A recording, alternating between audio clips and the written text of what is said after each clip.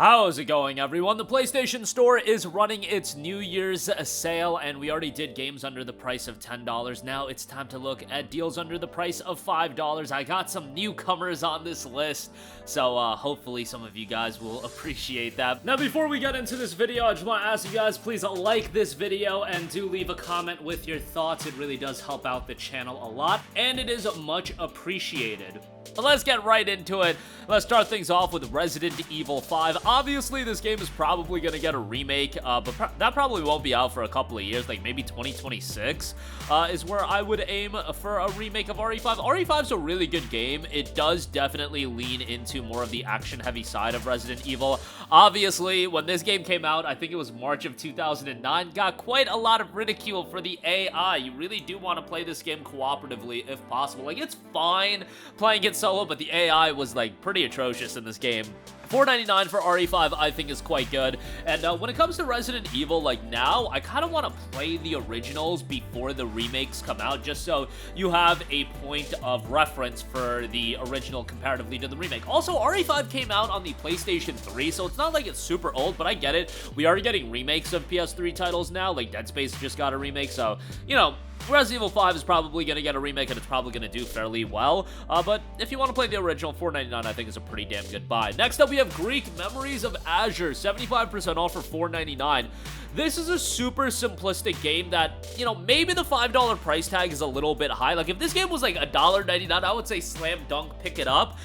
It's a super short game, and it's very simplistic from a gameplay standpoint. You do control multiple characters, and the artistic presentation in this game is great. Like, simple in aesthetics, but also it works very well. Combat is fine, platforming is pretty decent. Overall, I thought it was a pretty charming little game. Like, given the standard of $5 titles, like, you can get pretty high-quality games for $5. Like, Greak Memories of Azur, I wouldn't say is super high quality, but it's a fairly good and charming game that you can complete over the course of a weekend, so I think $4.99 is an okay price for it. If it was like $2 to $3, I would say definitely pick it up, but, you know, if you want to try something a little bit shorter, simplistic, $4.99 for a Greak isn't bad. Next up, we got Mad Max, 75% off for $4.99. Really enjoyed Mad Max. You know, it had the unfortunate fate of being released on September 1st, 2015, the same day as Metal Gear Solid 5, and when you talk about open world games coming out on the same day, Mad Max was always going to have a hard time from that standpoint. Mad Max in its own right turned out to be a really good game, and much like Metal Gear Solid 5, performance-wise, it was running really well. Combat is enjoyable. Obviously, when you talk about Mad Max, like, the open world is kind of barren, but narratively, it's pretty good and gets pretty great by the end. Unfortunately, we'll never get a follow-up to this game, but yeah, $4.99 for Mad Max I think is quite good. If you have yet to check it out, definitely do so.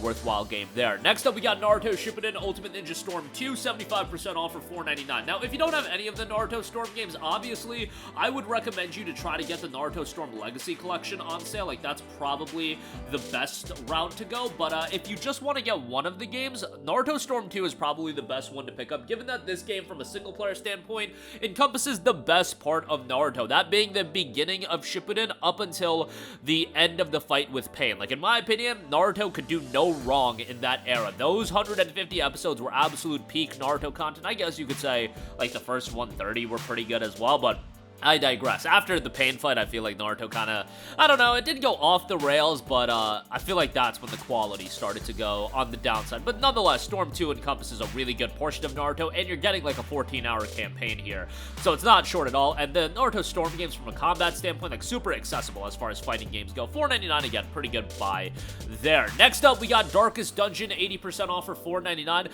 Challenging game with a really slick art style and setting. Dark fantasy setting. It works pretty well. There's some mechanics that might not be for everyone, but from a combat standpoint and a challenging versus rewarding standpoint, I think it's fairly good all around.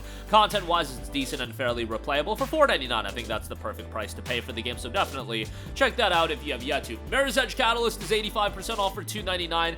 Fantastic price for a game that I think is pretty good. Now, Mirror's Edge Catalyst left a lot of people disappointed because when Catalyst was revealed, there was this cult fandom attached to Mirror's Edge 2008. Like, how could I...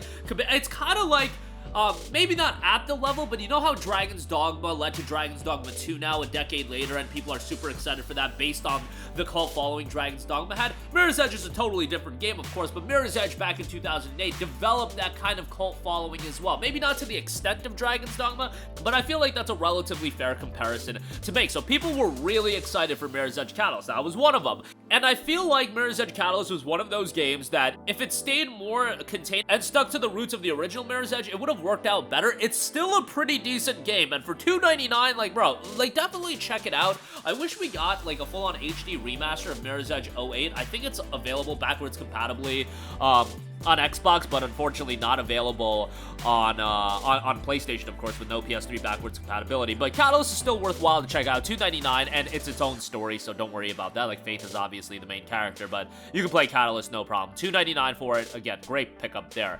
Next up, we got Wolfenstein: The New Order, 75% off for $4.99. Machine Games, the development studio behind Wolfenstein, kind of in the news recently. They're working on Indiana Jones, the new Indiana Jones game that just got revealed, I believe, Indiana Jones and the Great Circle. I'm not gonna lie, I am not sold on that game at all, and that's not just me saying this based on this being a PlayStation-centric channel. Hellblade 2, Xbox only, that game looks fantastic. I don't give a damn if it's $50 and it's set to be 8 hours in digital only. That game looks absolutely awesome. Indiana Jones by Machine Games, not completely sold on it. I'm not a big indie guy, so you know, we'll see how it turns out. First person, certainly an interesting choice, but that is what Machine Games is familiar with given their work on Wolfenstein. And circling back to Wolfenstein: The New Order, this is a really solid first-person shooter. Wacky story, but, you know, Wolfenstein can get pretty wacky, but an enjoyable game from a gameplay standpoint. Unfortunately that we don't get upgrades on The New Order, but, you know, it's not available. There's no upgrade on Xbox either, so it's just like, they're not updating this game. Given that it was a 2014 release, and this was cross-gen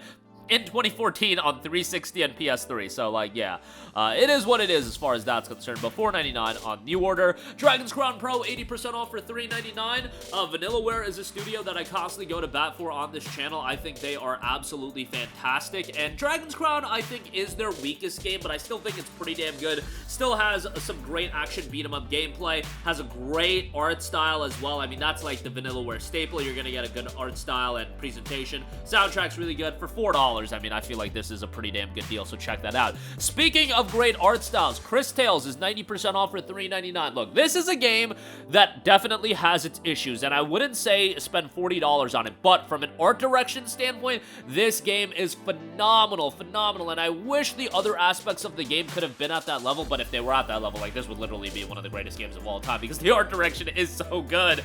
Nevertheless, I still think at this price point, it's worthwhile to play through. The gameplay is fine. The story is, like, not very good, but $3.99 for it, I still think is a pretty good pickup. Just for the presentation, I would say the $4 price point is worth it. God Eater Resurrection is 75% off for $4.99. You got Anime Monster Hunter here. Obviously, this was initially a PSP game, so keep your expectations in line from a technical and visual standpoint, but for the most part, it's still an enjoyable game. If you go into it with your expectations tempered, I think you'll have a good time with it. $4.99 is a pretty good price for it. And lastly, we have Little Nightmares, $4.99 on this, 75% off. Great game by Tarsier Studios. Survival horror aspects of this game are great from an atmosphere standpoint. Excellent. Gameplay is pretty decent as well. Little Nightmares 2, I do think, is the better game, and we are coming up on the release of Little Nightmares 3, hopefully later this year. We'll see when that drops, but Little Nightmares 1 for $5, definitely a good pickup, and it was a PlayStation Plus Essential title a while ago, so check your library. You might already own the game, but definitely, you know, sometimes you guys redeem these games and never play them, so go play it if you do already own it. But that's going to do it for me. Again, the New Year's sale running for another week and a half or so. A lot of great deals available on it. Links to all of these deals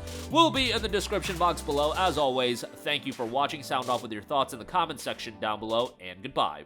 Hey guys, we hope you enjoyed the video, and if you did, make sure to hit the subscribe button, and if you're already subscribed, do us a favor and hit the bell icon. This way you'll be notified whenever we post a new video. That's the best way to keep up with all of our uploads, and we usually try to upload 2 videos a day. And with the bell icon hit, you'll be notified whenever we do upload a video. As always, thanks for watching.